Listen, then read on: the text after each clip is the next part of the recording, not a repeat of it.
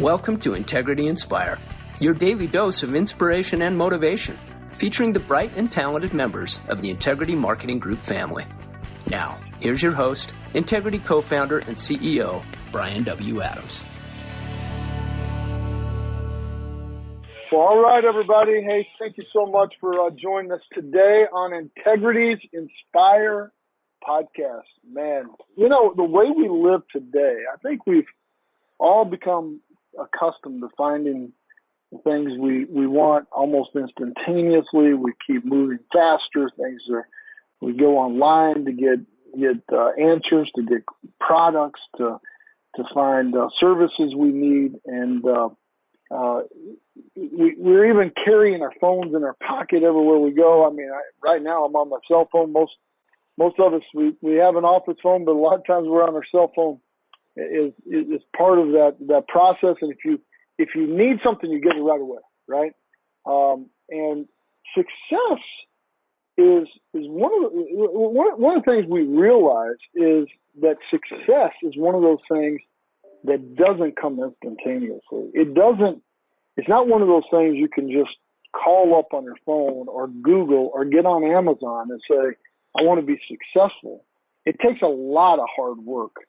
And it just doesn't happen instantaneously. And today's guest is my great friend, Brad Campbell, who's Executive Vice President of Savers Marketing. And he understands that reality. In fact, he spent decades slowly and methodically building a successful career. And in a lot of ways, Brad has bookend to another guest we featured recently on this podcast, our other great friend, and his partner, Bill Douglas. Brad and Bill have both been at Savers and seen Savers grow since 1985, and they worked through all kinds of different challenges together during that time. Like Bill, Brad is incredibly passionate about his work, and he loves helping those around him succeed. He also is one of the most genuinely humble and grateful people I have ever been around. He's worked hard for everything that he's achieved and has taken nothing for granted. I can tell you, whenever I get a chance to be around Brad and Bill and Matt and Scott and everybody at Savers, honestly, but when you get a chance to be around Brad and his lovely bride Lori, you just feel better about yourself. And I'm always feel inspired anytime I get to spend time with this guy. And he's always looking for ways to encourage you. And so I cannot wait to have my good buddy, Brad Campbell, on the podcast today. Brad, thank you so much for joining us. And more importantly, thank you for always making people feel good. There's something there's just something about that just makes you special, and I appreciate you, man. Bryan, thank you very much. Thank you for doing this podcast too, and I've really enjoyed hearing from all the other partners to get to know their story. And man, I'm just humbled and honored to be on this. And I really thought that if I just kept a low profile, just lie low and keep listening, that I wouldn't be on the podcast because my story's not all that great. But you found me, and so here we go. It's kind of listen, that is the humility that you just demonstrated exactly what I'm talking about, man. I gotta tell you, I think kindness and humility. Yeah, I mean we're in this fast-paced world where people want to go. Let's get this going. I'm really guilty of that, man. Listen, I'm one of the more impatient people in the world, as most people who know me well would attest to. But man, I think that kindness and humility is just so overlooked and so important for long-term success. Maybe not short-term success. Maybe you can make a quick buck. But like what Mike Newton was talking about just a minute ago about really making sure that we're reaching out to people and caring for them, and the ways that they're doing it. You know, the younger guys today and gals today, and social media, or being able to leverage that tool. I think it's so important. I also got to brag a little bit, but my son Asher they had their kind of award ceremony virtually yesterday, where the teacher, kind of said he just got out of first grade. The teacher kind of went around and said, "This kid's most athletic," and gave him like an award, kind of virtually and stuff. And so Asher got the friendship award, and his award was for being kind to others and always being a good friend. And I honestly, I was more proud of that than, as a father, I was more proud of that than any other award he could have gotten. And that's what I told my boys. I set them down afterwards and I said, I don't care what you do or what you choose to do for a living or what you do when you grow up. The only thing that we care about and what my wife and I pray for them is that they're kind. And so we don't care what you become, what you do, just always be kind. And as I was preparing for this morning's podcast, I was thinking about you, my friend, and how you get the friendship award for I think integrity, and you're always just so kind and encouraging to others. And I think it's interesting to hear all of the backgrounds of all the successful people like you, and you have been incredibly successful. But it didn't come easy. Your pathway never came easy. So what was your kind of pathway, and what all? Kind of give us some of the background. Well, actually, it's a reoccurring theme. I too came from humble beginnings. We were actually pretty poor, but we didn't know it because we had such a strong family and family ties, and it went deep to grandparents. And growing up, I played sports, and that was great because I was able to have a shower.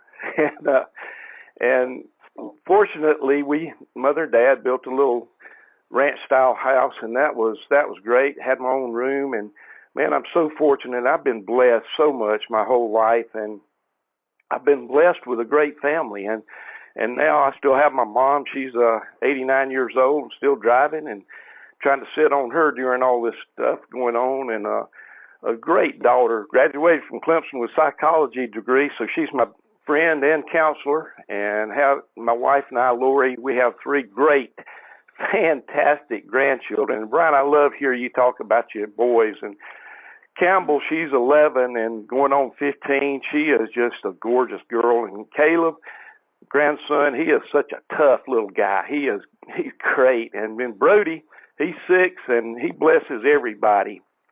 And my wife, I'm so blessed to have her. What a great woman she is, and a great wife. And she doesn't hesitate to keep me humble and grounded in a loving way.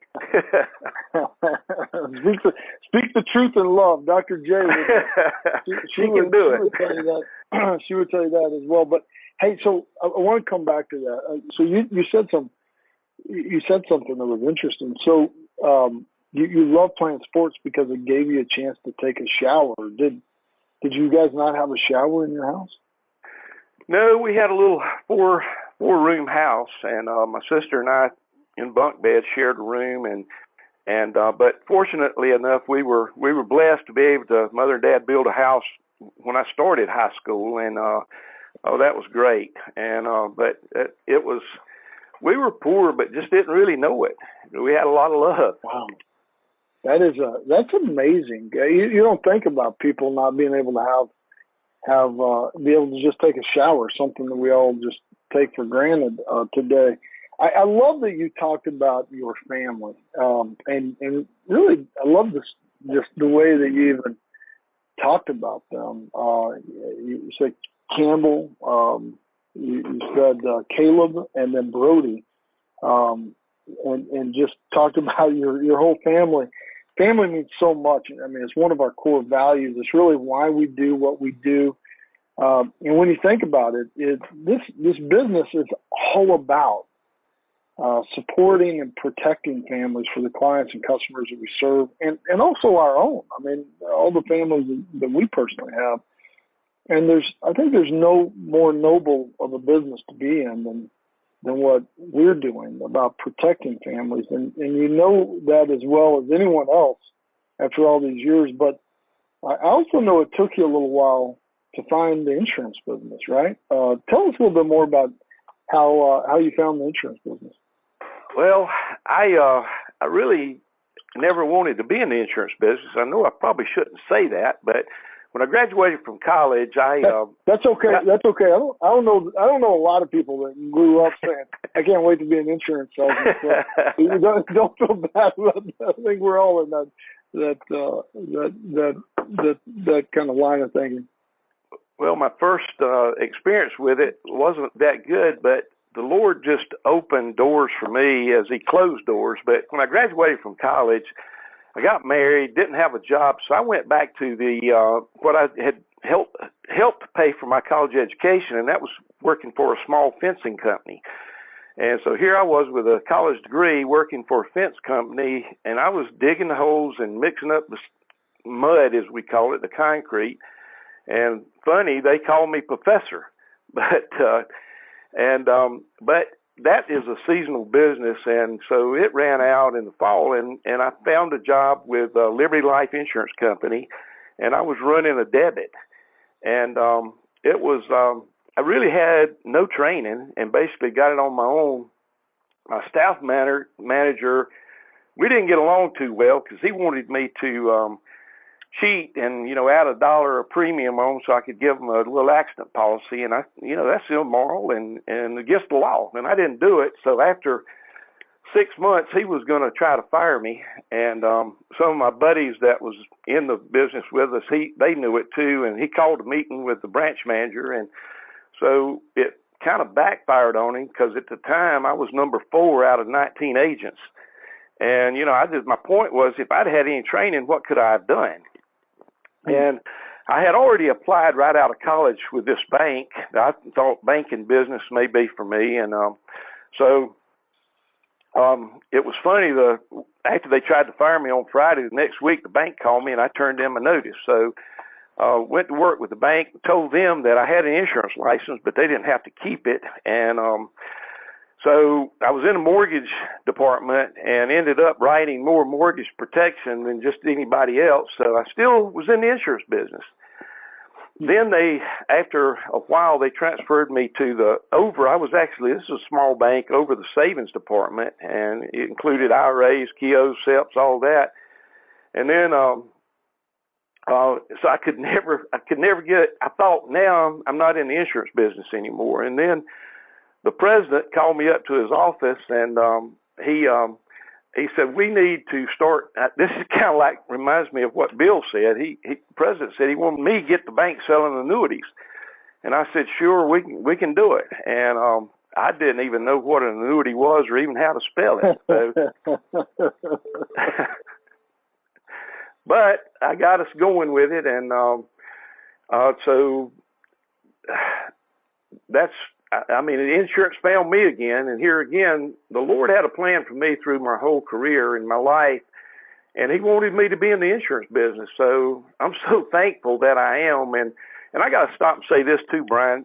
Your leadership is just inspirational, and you're a great father, but you're also a great leader, and thank you for all of that. And I'm just so thankful to be a part of Integrity. So, well, I appreciate you saying that, but we're thankful that you guys are part of Integrity. And I love the fact that you said that you didn't find insurance found you, and thank God it did, because it's been a great deal for everybody. And you've been at Savers essentially your entire career, right? Pretty much. How did so we heard part of Bill and working in the shed and all of that incredible story. How did you first get involved with Savers, and what kept you there all this time? Well, they got my name from we did business with a lot of banks. We had probably 75 banks, 80 banks that we were doing business with in North and South Carolina selling annuities. They landed the largest bank in South Carolina, our savings loan, First Federal, based in Greenville. And so they were looking for somebody to do that, and got my name from one of their clients in North Carolina at a bank. We'd been at some conventions together, whatnot, and called me. And I interviewed and was a little reluctant to take the job, but I got a new boss at American Federal, and he decided that they could combine my job into one person doing it. And so they were going to move me to business development, and that basically closed the door for me. So I took the Savers, and this was Savers Life Insurance Company. We were not Savers Marketing yet. And it was 1985. They hired Bill Douglas in February and me in March. So we've been together for a long time and have formed a brotherhood. And, it took me a while to find out that his middle name was Campbell. So we really felt like we were connected. And I never knew that. I never knew Bill Campbell Douglas. And he's got a grandson named Campbell, and I got a granddaughter named Campbell. So we're pretty tied. But it goes further than that. We were very successful for a while, Savers Life Insurance Company, but then we started having some problems, and we started losing some banks through mergers and whatnot. So we expanded to the independent agent side of the business with Medicare Supplement, and had a great supplement. And matter of fact, Mike White and I had a conversation about it after we become partners.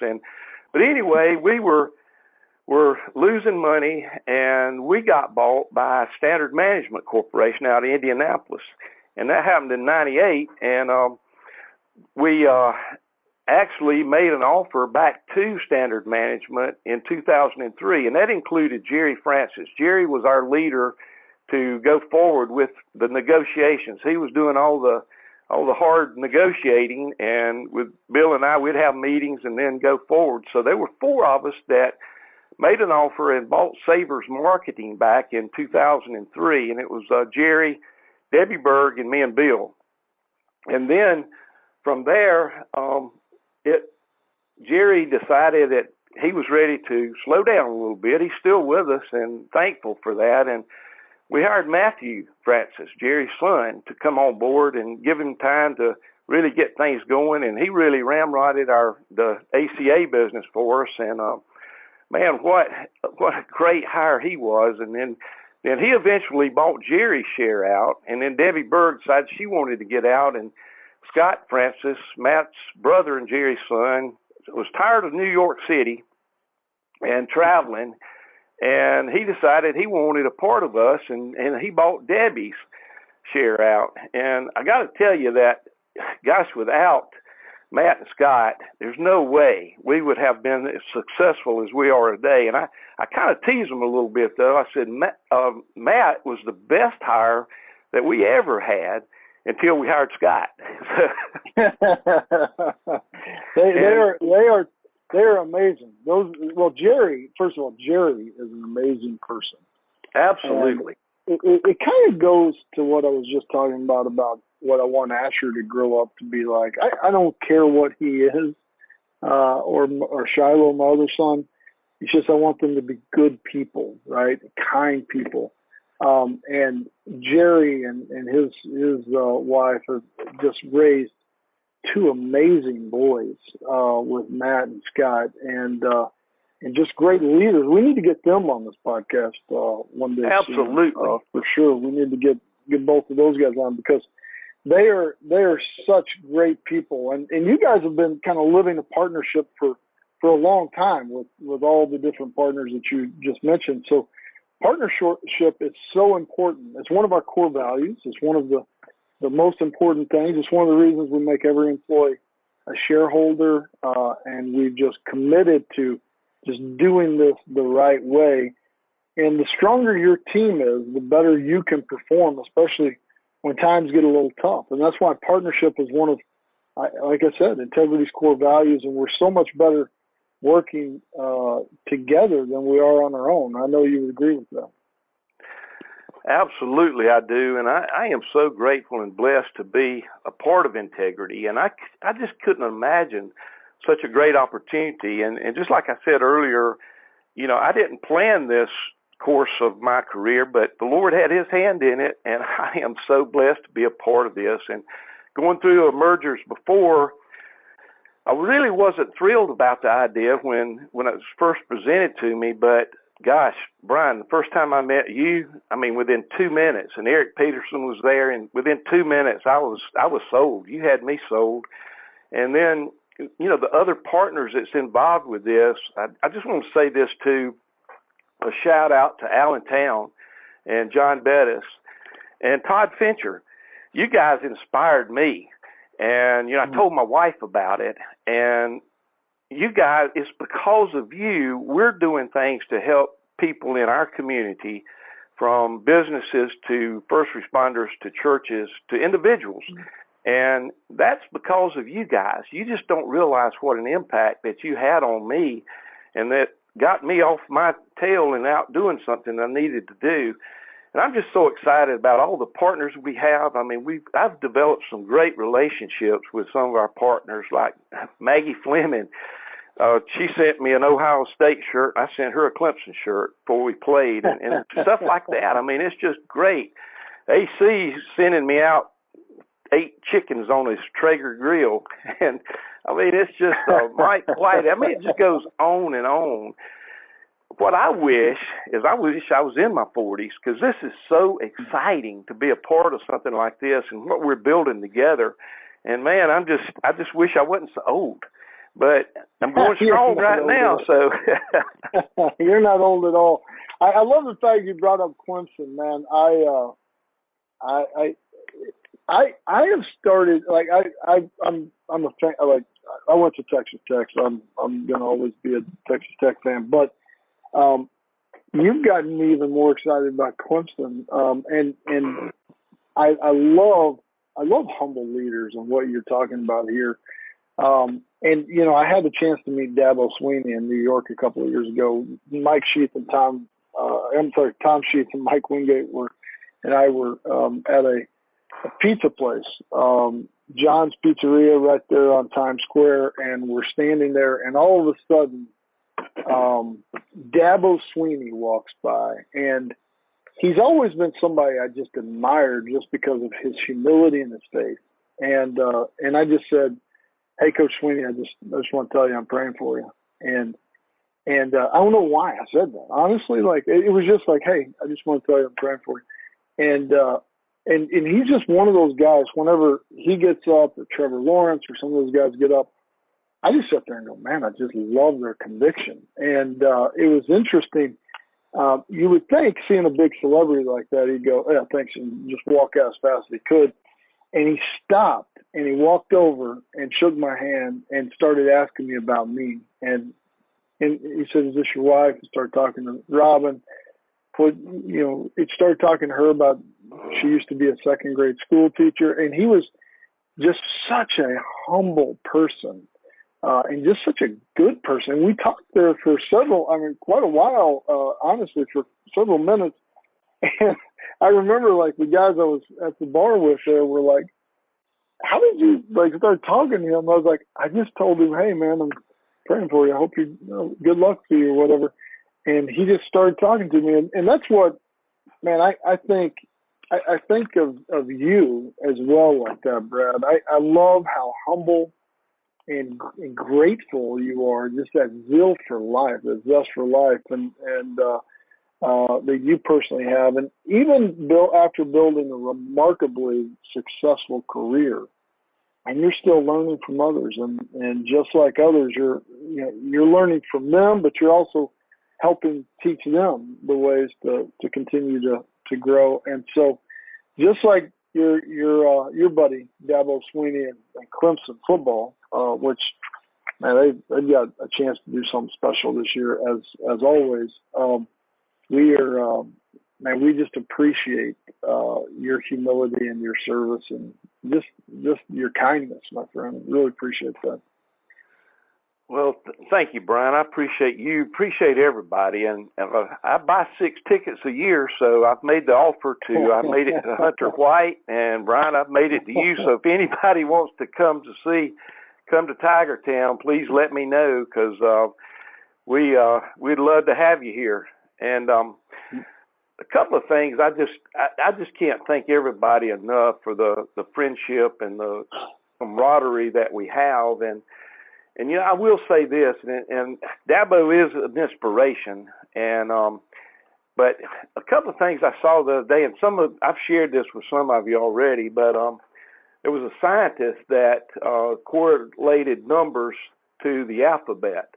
And I'm subscribed that you can't give more than 100%. There's not 110 out there to give. 100 is all you can do.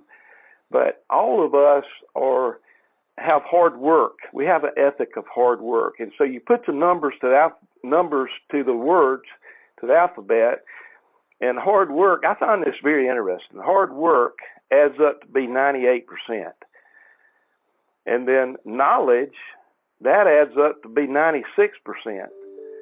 But to get to 100% is attitude. Attitude equals 100%. So I think we all have all of this. We all work hard. We have a knowledge of what we're doing. And our attitude is what gets us there. Wow. Brad, no one could ever question your attitude, and you could never achieve all that I think you've achieved in your life without such a positive outlook. My friend, thank you for joining us today. Thank you for being you. Thank you for your positive attitude and your encouraging spirit, and for all your hard work. I agree. You only can do 100%, right? And man, what a great show today. Appreciate you, Brad. I love you. We're rooting for the Tigers. Texas Tech has no prayer to get there. So when it comes down to playoffs, I like Ohio State too, for the simple fact that my good friends at Nice Life of Friendly, Tom and Maggie, are both Ohio State graduates, but we're also rooting for you guys. So I got to tell you, thank you, brother, for blessing us today. Thank you, Bryan. I appreciate the opportunity, man. Hope everyone has a blessed day, and we'll talk to you guys all tomorrow. God bless you guys.